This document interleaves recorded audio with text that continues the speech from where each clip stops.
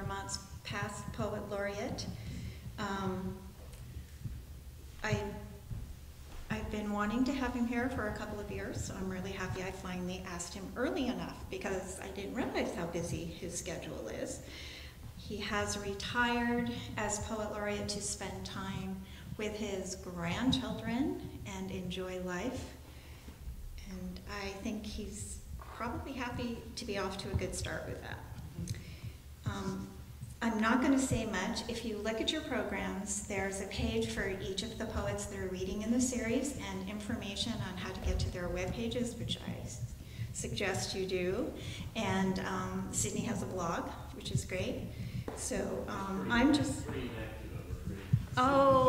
maybe just a little bit past, but there's a really wonderful poem on there called "A Grandson Sleeps on My Chest," which is really nice. I love it. So I am gonna not talk too much more. We'll let Sydney get up here and read. But I would like to take an opportunity to thank all of the poets who are reading this year in the series, to thank the staff and Bob for helping to drive the series, help me set up. I'd like to thank Jamie Dimmick and KATV for filming for us so that we can have it out there, so that when the poets read, they can be on YouTube and on KATV so we can share their work with a grander audience. I'd like to also thank Scott Davis, one of our staff members who helps to do the PR and post the events, and Louise Rader, who helps with her gracious hospitality and helping also to help me plan what we're going to have to share with you. So without further ado, Sydney.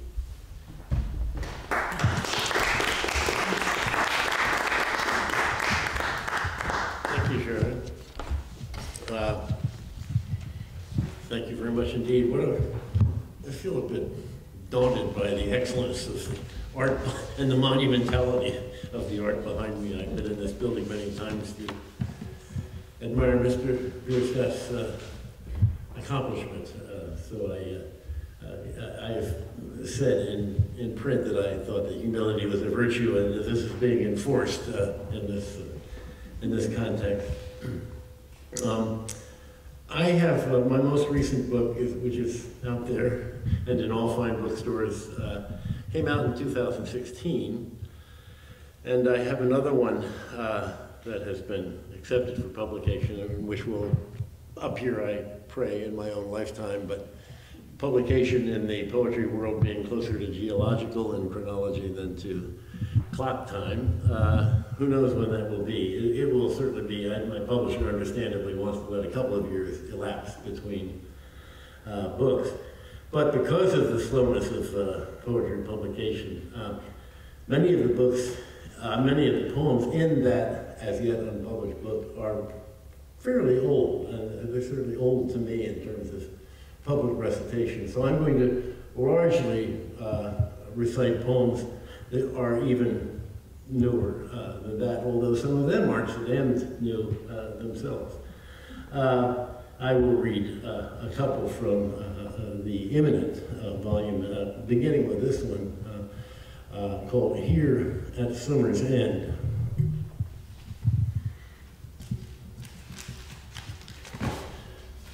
That birds have largely quieted may distress us. And like neglected mail, the garden's lettuce went yellow weeks back and simply dissolved. But let's all pause before we focus on loss in a season still teeming with vegetation. No matter the month, our sense of wonder remains, unless we will it to leave. Even now, the mercury flirts with 85, so it's wondrous, say, how flickers decide to convene for migration. Let's watch their flocks in the roadbeds. It's a marvel as well, whatever the force is that already starts to blanch the legs of the snowshoe hares. Our longing is always for now to endure. Though since the dawn of our thinking, contemplators have found death an engine of beauty. Truth is, however, our world will never go dead. Those heads of lettuce have fused with humus below, and after these flickers wing off, the juncos and titmice will show, and the ghostly hairs of winter won't be ghosts at all, but creatures with dark flesh packed onto bone under ivory hides. Coyotes will hunt them to keep alive, through the ineluctable, I almost said awful, chill. And even then, the ice beads on softwood boughs may look, if we want, like permitted fruit. As a season nears or lingers or ends, an amplitude can tell us we still are subject to spells. We're here, after all. Let's chant it throughout the year like so much bird song.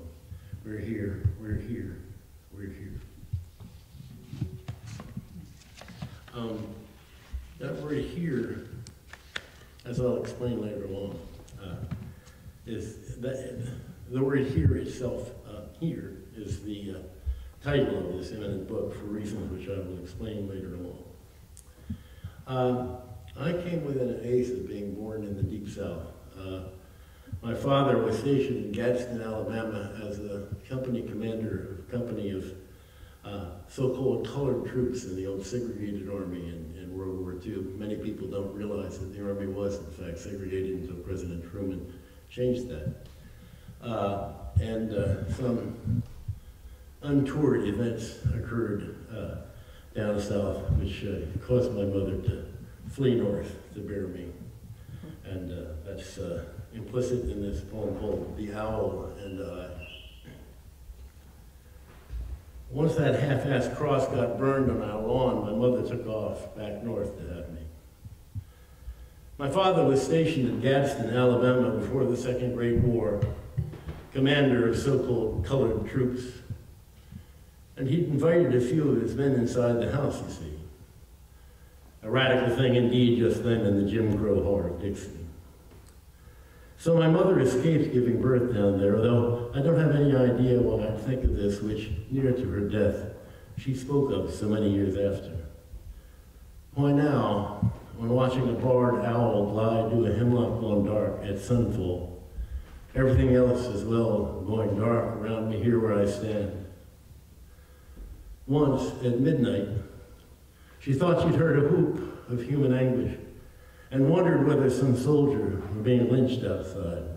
My father went for a look but found nothing. My lifelong relationship with my mother was vexed, I now suspect, in part because between us two lay a lot in common. Jews were being crammed into cattle cars just then, but for Dad and those troops, the evil in Europe lay several months ahead. Still, real or imagined, that cry of mortal misery stuck with Mother, though no signs of nearby violence turned up next morning. The company came en masse to mess. Shit on a shingle, as the soldiers said, and dried beef on toast. So life went on, more or less.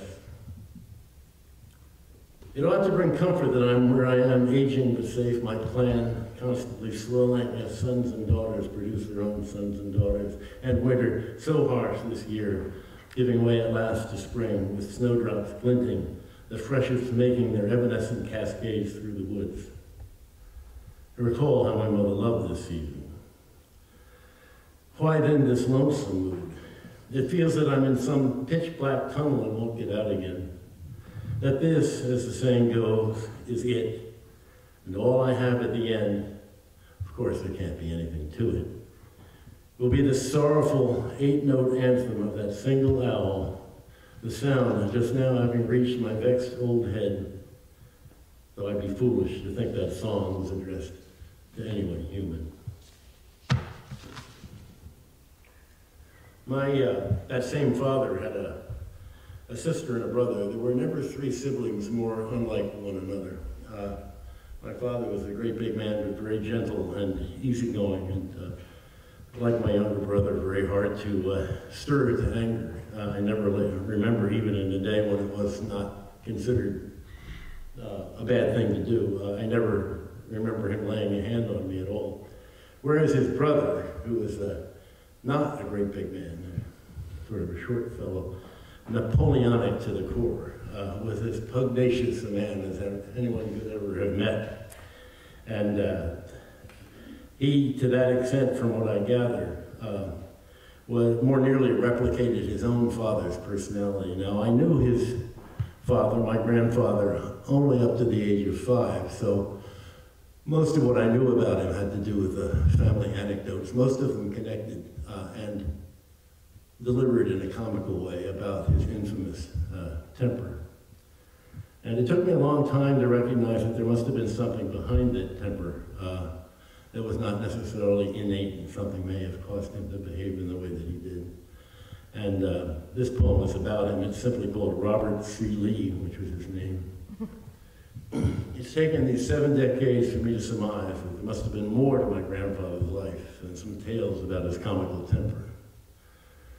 What lay behind that temper, I suddenly wonder. But all I recall are trifles. Say, my little toy boat which I'd sail around the old man's belly, which broke the surface of the tub as he lathered himself. He'd sing all the while, and even I could hear that his voice was glorious. This morning I studied some tracks now sealed away on this favorite trail by an overnight scrim of ice. I think of how for wildlife, hunter or prey, a day means the fight to endure. But then, of course, no animal rues its life, which is nearly its life. By some rule of opposites, maybe, such thoughts remind me of that crotchety grandparent. I hadn't reached 5 when he died, so I know what little I knew of him from those stories. It seems his voice was famous all over our region, and even I could tell his songs were sad and gentle. He married a beauty, says family legend. Needless to say, he never could have foretold that a hard central nervous disorder would put her from early on and for good into a wheelchair. It must have floored him. But as for me, grandmother was chiefly the white-haired woman who forevermore sat there, spellbound, it seems, by her tall blonde radio. I later would learn that she especially favored Eddie Cantor's variety show, and her husband once wrote Eddie Cantor a nasty letter. This morning I see where a turkey clawed for acorns, and there's where a hungry coyote missed it, if barely. I make out the big bird's scrabble to get itself airborne up to a bare winter limb. Below the oak tree, the predator waited a while. It's all so easy to read. The turkey's not gloating, the brush wolf feels no wrath. Failure is common when the world's wild creatures seek whatever they seek for survival. Grandfather collapsed and died one night, chasing a streetcar driver who'd failed to stop. He meant to attack him with fists, no doubt. Yet even that death came in for laughter, and the incident showed, some said, that he always had guts. According to Rory, written, "Dear Mr. Cantor, balls. Sincerely yours, Robert C. Lee."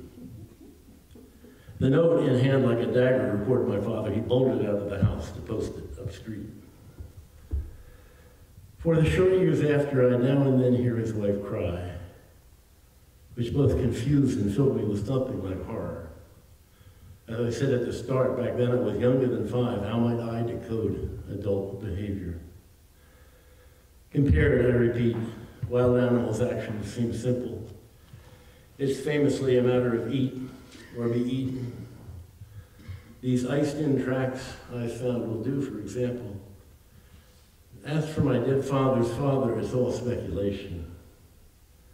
I only recall it took time to maneuver my boat around that ample stomach, and while I was sailing, I wonder if he thought much about me at all. So intent did he always seem upon his singing.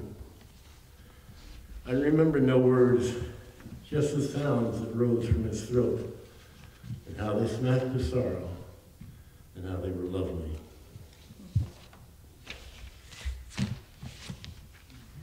At the risk of embarrassing my beloved, I will read this poem called Gift, which I gave to her for her birthday a little while ago, never mind which birthday. Gift. Some weeks ago, it looked as though sparse snow had fallen along the dirt road where we walk our dogs in a straight line. It was only the year's wild strawberry blossoms. Today, that small drift vanished again. The fruit is ready for reaping, but then, how little one gathers for the effort involved. The berries, more whole than meat, are stingy, and my back is old and my fingers are clumsy. When our children were small, they could sometimes be chores. Beautiful chores, but chores nonetheless. Now we have them back. They grew up too fast. 10 minutes of picking, scanty harvest. It seems, as my grandmother used to mutter, not worth the candle, though no candle is called for. The late spring morning, crisp and alive, lit by 1,000 greens from the arch of trees. And no matter I lean a bit at the waist, having stooped to my task for meager reward. When I reach our door, my matchless wife is standing there. My wife, open arms at an open door. I have a very dear friend named Fleda Brown, a wonderful poet, who was the Poet Laureate of Delaware some 10 years ago. She taught at the University of Delaware, and when she retired, she went back to her native Michigan, and she lives near it's a beautiful part of the world, up near Traverse City, Michigan, on the lake itself. And we wrote a book together, a prose book called Growing Old in Poetry, Two Poets, Two Lives. And we addressed any number of disparate, random subjects from books and food and architecture and sex and wild animals and what have you. A kind of an antiphonal book where she would write an essay and I'd write one on the same subject, and I'd do another one and she would write in response and so on. And it was a great deal of fun to write. We made the mistake of agreeing to publish it with a little press in the Midwest as an e-book, which I won't do again. But we've recovered the rights, and it's soon to be republished by Vermont's own new and maverick and quite thrilling Green Writers Press.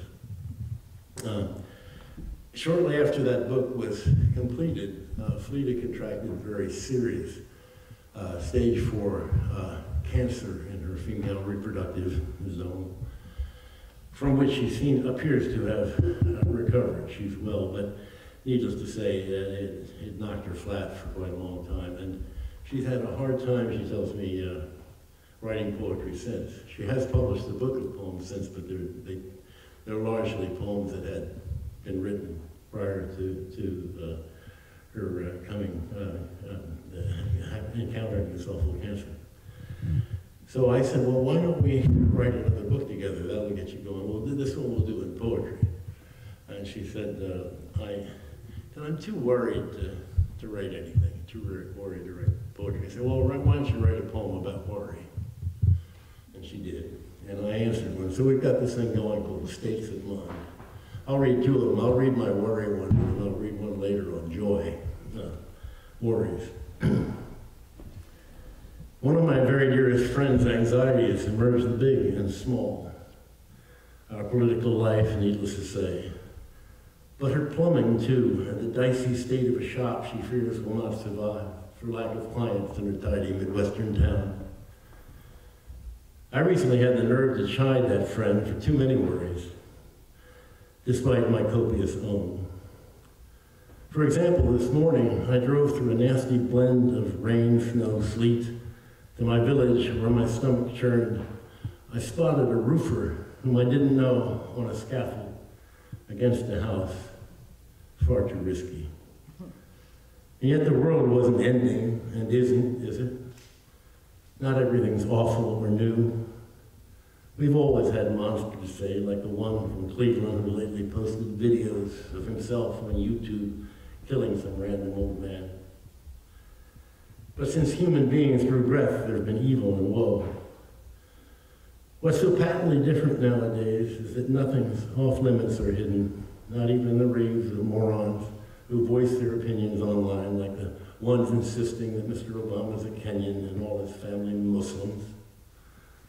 Our screen world plops the village idiot down at the very same keyboard with a modern-day Aristotle. Viewers can choose the view that turns them on. When a newer president spoke of a terrorist horror in Sweden, for instance, its non-existence seemed to his backers not important. My friend, she frets too much, but for whatever it's worth, I understand. I didn't see that roofer today when I passed. Where'd he go? Quaint as I am, I was fetching the paper, which of course was filled, well, I'll spare you platitude. I imagine that the roofers, the plumbers, the shopkeepers will endure, while other matters, understood or vague, are more likely to lead us on to disaster. As for me, I'm chiefly worried, no matter my preachments, that there aren't enough like my friend these days who get it. Though what can we do? Let's just keep going, dear reader, since this stuff will break your fucking heart if you let it. Sorry for being a little strong there, but I felt at the end. Fire and Jewel. 80-foot hemlock, spruce, fir, pine. They kept lifting off their stumps like so many rockets, smoke trails and all, and I beheld the fire across lake from where I drifted. I'd been beating the water for bass. When my eyes were lifted, 50 years later, I still recall my thoughts and how I thought that to think them was more than odd. I felt glad I had the faculties to notice the hill's astonishing orange heat as it flared to white with each explosion. Then the whole of the conflagration bending toward earth, a horizontal wall, a monolith that somehow tore downhill in a sudden blast of wind. It was gorgeous. Several hours would pass before I knew the flames had sent Bo Tyson flying down Lake Cove Mountain on his skidder and into the lake by Stearns Island. He had to take the loss. It was that or burn. Downward Messier, wielding an axe in his turn, the makeshift crew collapsed from labor and heat. Mason, the storekeeper, dragged him away by his feet. I knew Don, sadly, only a few more years. He and Bo and Mason, good, honest men. I can't account for dreams like the one last night when I watched that fire again. Miles above in what seemed pure quiet, serene, the same jetliner crossed as years ago, the same scent rose, torch needles, caustic smoke. The same diabolical roar came on as I rocked in the same canoe, the waves still slapping its hull. In an hour, 5 decades back, the length of that ridgeline turned the color of onyx. My wife's latest birthday will soon be upon us, which is why perhaps the dream passed smoothly into the next one. I saw precisely a beautiful onyx pendant hung on my beloved's breast from a chain. I'd never dreamed such a woman while that ridge blackened. I wouldn't meet her for years. Today, I drove to a jewelry shop. I still was dreaming. 300 miles to the west of Lake Cove Mountain, I bought the necklace and felt some fire in my being. Mild version of one that kindled in that old autumn, and underground for a long, long time kept burning. This peculiar little book called What's the Story? Reflections on a Life Grown Long. It came out when I was 73, I suppose. And I went, and my first public reading of it was at Stratford Town Library, and a wonderful man named Ned Coffin, who some of you perhaps may know, was in '94, and he greeted me at the door and says, "I understand you're writing about old age. What the hell you know about it?" At any rate, I'll give you a very short account of how this book came into being. I had, like any poet, a number of poems sort of lying in what I call my boneyard that I've been approaching and avoiding, and never quite being able to get right to my satisfaction. And for some reason, one day I said, well, what if I try them in a prose format? Perhaps the suppleness of that format will enable me to do things that I haven't been able to do in poetry. And I did a couple of them, including the title poem, What's the Story? And I was pretty happy with the result. And then I did another couple, and I was pretty happy with those results. And then I began to write them, as it were, from scratch. And I'm going to read two tonight. The first is called Big Musquash Stream, which is the name of a beautiful wetland stream up near where our summer camp in Washington County, Maine is. Big Musquash Stream, for Christopher Matthews. True to its Passamaquoddy name, the stream's alive with muskrats, furtive little paddlers. The seemingly infinite tract of slough that stretches from either bank shows domed and gorgeous. Prickleweed blooms on in the water, a purplish blue mass that almost matches the sky. The forecast calls for storm a bit later, but I mean to push on, the sweeps of my paddle narcotic.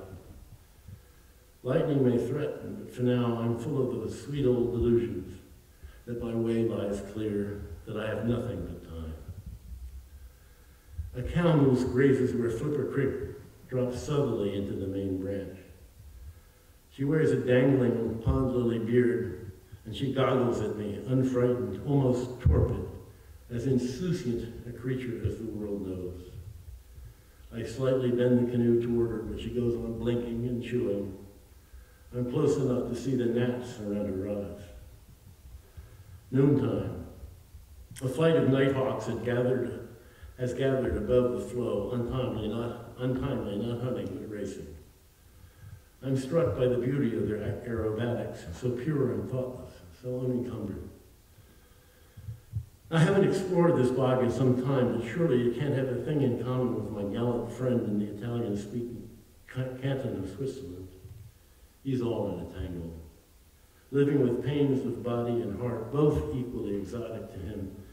And it might seem strange that he should enter my thoughts on Musquash, were it not that I love the man and I worry about him daily. There's no soul for miles and miles, only muskrat, nighthawk, moose, and now some black ducks skimming insects from the backwash of a languorous eddy. The surface slick reflects the birds exactly, right down to their primary feathers, colored like the flowers in the sky. It's as though I'm asked to celebrate blue. I do, but there's more to be celebrated, despite my far-off friend's multiple sclerosis, so cruel and daunting, his crushing divorce. As for that love grief, what could I tell him? And I'm glad I'm far past courtship myself. I suppose I'm selfish, at least just now. I try to banish my own thoughts of the friend, wanting no distraction, let alone heart heaviness, to mar this easy beauty as I slide over barely detectable wavelets. The small effort that my progress demands will be repaid soon enough. I'll drift home on the faint current to my wife and love of over 30 years. That is, if I make it back to the launch instead of ahead of that far thunder. I'm sure I will. My constant returns make my absences worthwhile, as in the trite saying about hitting yourself on the head with a hammer, it feels so nice when you stop. But of course my trip hasn't hurt me, quite the contrary. Despite myself, I think of my friend's quaint ancient village, a speck on the map. Its precipitous hills make it hard for him to walk to the bus or the corner shop nowadays. It's always a challenge for me, even to visit there. Some air of romance pervades the town, but its alleys twist into knots. You might hide that whole settlement in this vastness of bog, through which Big Musquash Stream so mazily wanders. Though in the end, there's only the one way out, and I know it. The second poem in my collaboration, my inchoate collaboration with Fleda Brown, is called Joy. Sharon's quite right in saying that, no, if you had told me this when I was in my 20s, I would have thought that marijuana had already been legalized, but if you told me how much fun I would have in being a grandfather and how I sort of have resolved that that's what I want to be for the rest of my life, I would have thought that it as I say, that hallucinogenics were already on the market, and legitimately so. This one's called Joy. Careful of my iffy back, I bend to lift our youngest grandchild, sunny-spirited one-year-old who smiles even when waking from a nap. I hold him in my arms, thanks be to grace, by which I mean a boon vouchsafed to me no matter I've done nothing worthy of it here in Anno Domini 2017, where it makes no sense that on a morning so lovely, hard-edged clouds all whiter than white above the mountain's radiant shimmer of snow from last night's powdery fall, the forecast features, for God's sake, thunder here in deep winter. And I hear the mellifluous voice of the radio weatherman who calls for a nasty low. So what can a person do but think about how the planet's ruin impends by apocalypse, a flood, or horrid gale, and so on? But maybe not, I think. I think, please God, and then I suddenly smile myself at the little one who hops from the sofa before I can stop him, grabs a bowl of yogurt his mother left on going to work, and pours it on the bristly tail of the family's rescue dog, who looks like a wolf, but is in fact a canine saint, and who with patent joy starts licking goo, and the boy with equal joy breaks into laughter, and hope should trump despair. So I laugh too.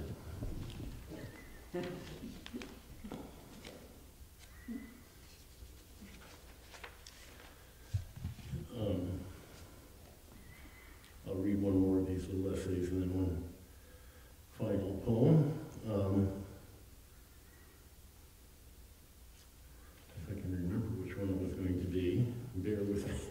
But my grandmother always said there was less suffering when the mind went first, and I'm perhaps exemplifying that even as I speak. I made a notation of which one.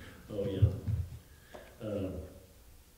This is a bit of a gloomy one, but I'm actually lots of fun in real life, as you may discover if we have a conversation afterwards. Called Mickey. Ryder, one of the wranglers, told us what Mickey had done, and I plain knew that if the gun and the whiskey jug hadn't stood in the cabin at the same time, then poor Mickey would probably not be graveyard dead. This was our first day back in Badlands, Montana, an annual retreat I take every year with my old friend Peter. I have no better partner. It's almost comical. He and I are just tree-hugging liberals from the perfidious East in the eyes of ranchers and hands. Yet we've all turned out to be friends after these many years. Ryder must have noticed that the two of us were fighting back tears, or I know I was. But I didn't really care if I looked like a sap. It had been a Sunday when Mickey announced he was off to take a nap after lunch, but long toward dinner, he still hadn't come back from his trailer, so Jane went out to call him. As soon as I saw the blood, though, he told us, I called the sheriff instead. Mickey had been a POW in Vietnam, and facing time for a third DUI, he wrote, I'm all through with cages. He'd seen time harder than I can imagine. Still, he wouldn't have blown his own head off if not for the jug. I know that much in my heart. When you're where Mickey was, you don't decide either bullet or bottle. Both are part of the deal, lacking a miracle.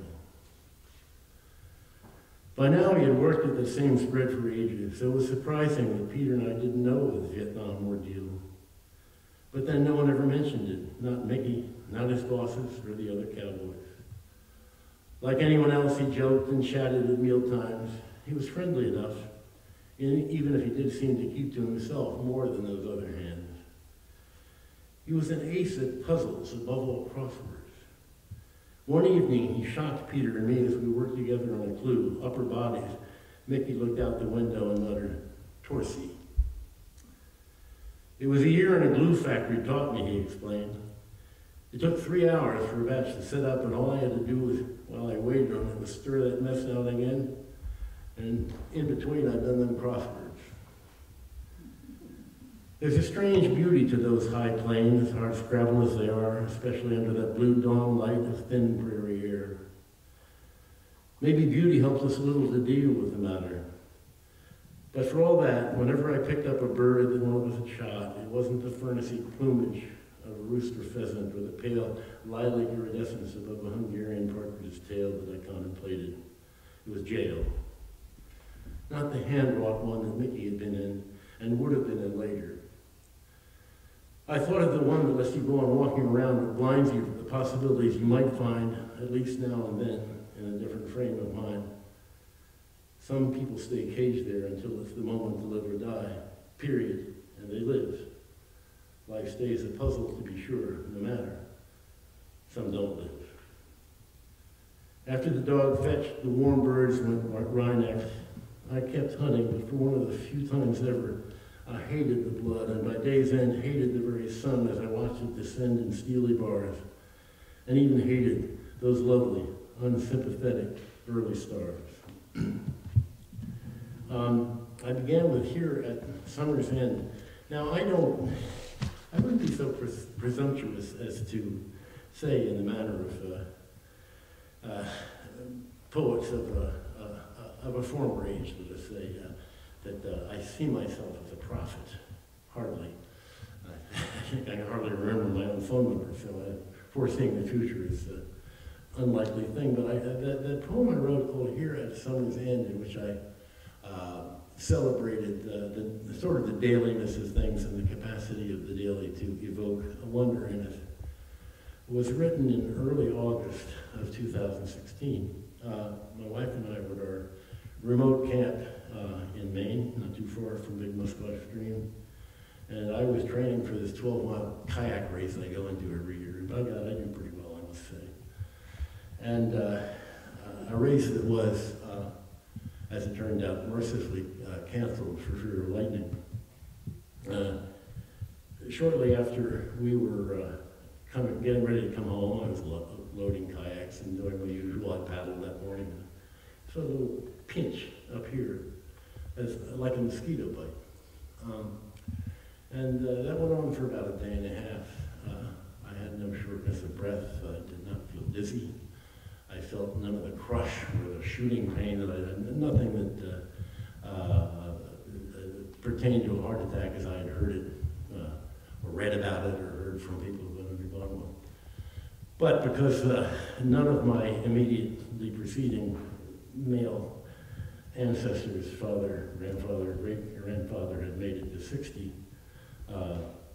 because of coronary conditions, we went down to the local clinic. I had a blood test, and the guy said, "You're having a heart attack." So, no, I'm not. I said, "Well, yes, you are." So we took a 3-hour ambulance ride down to the very excellent Eastern Maine Medical Center in Bangor, which has become even more excellent by virtue of the generosity of Stephen King, who's given it millions and millions of dollars, where they treated him well after he had that accident you read about when he was walking and was run into, I think, by a motorcycle. At all events,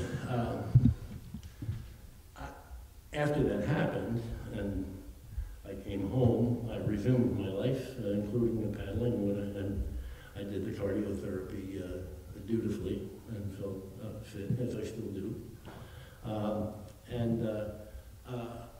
went to have a haircut, and I get my haircut at one of those barbershops in this part of the world. It really ought to be put, have a,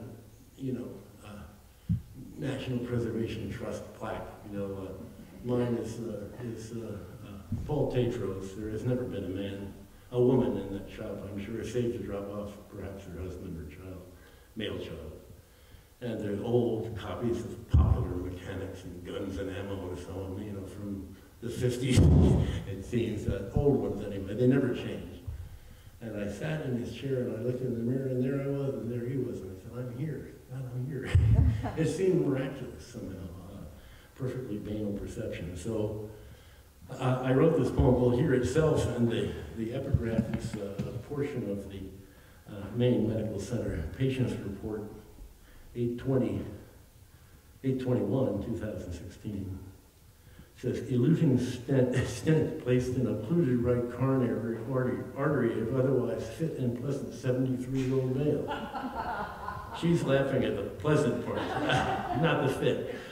Or maybe both. Otherwise fit and pleasant 73-year-old male, former Poet Laureate of Vermont. This one is called Here Itself. I had a heart attack is something I kept on thinking. One hears from others.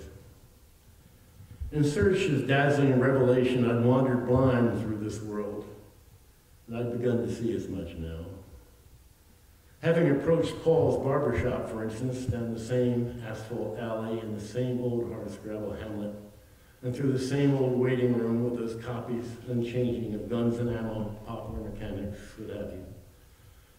I contemplated his ancient jug of Lucky Tiger, his horseshoe pitching trophies, the snapshot curling around his tacks of the 350-pound bear at his bird feeder, and Paul, and myself, right there in the mirror, as ever.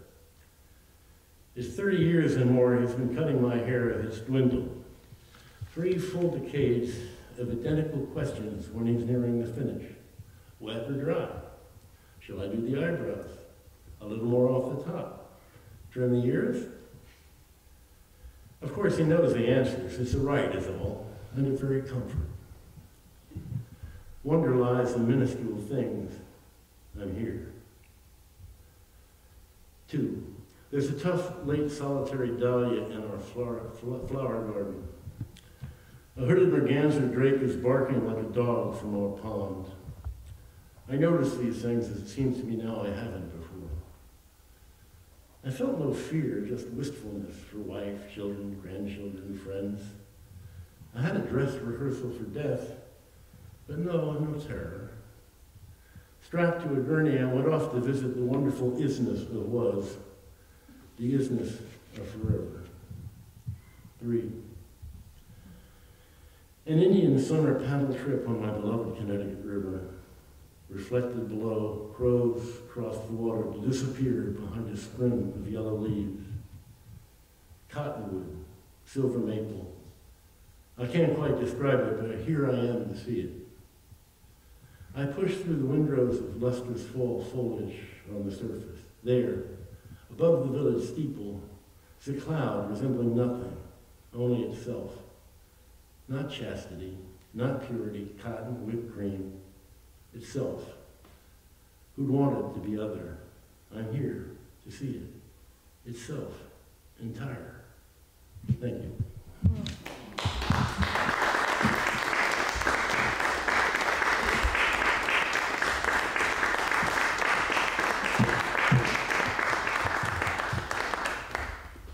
Sure, I don't know if you do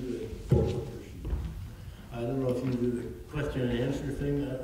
You certainly don't have to, but I'm not averse to doing it if you're interested. I did that last night at the Howell Library in Hanover, and some smart questions were asked and some dumb answers perhaps given. But I don't know if that's conventional for you or not. Yeah, I would love that. If anyone has any questions, please feel free.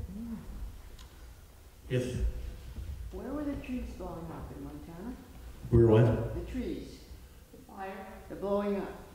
The fire. Oh, no, that was in Maine. That was in Maine, yeah. I lived through trees blowing up in Montana. Yeah, When the first year that the fires started in Montana. Yeah.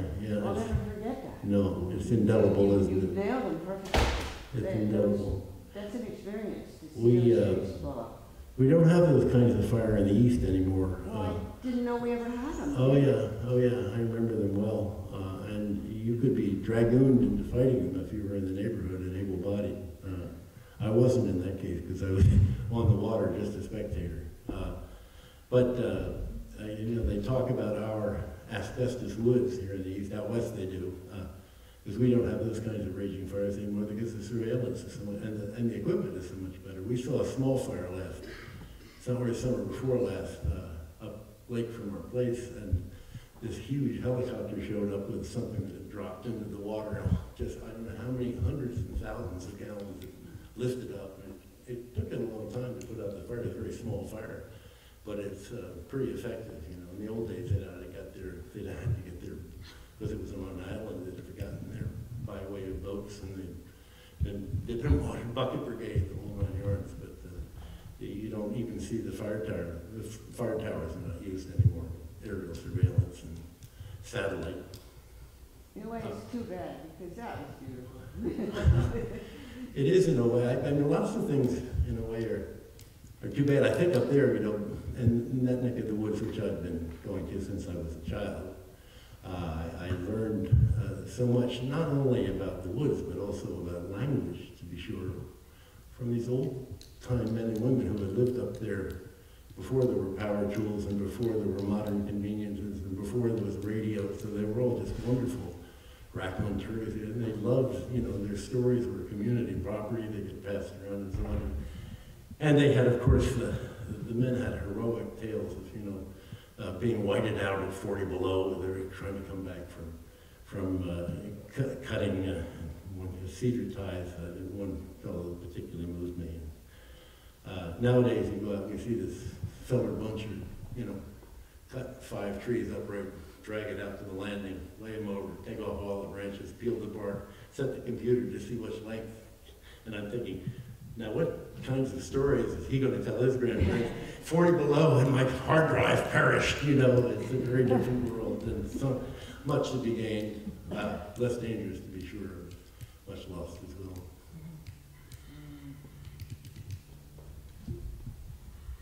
Well, thanks again.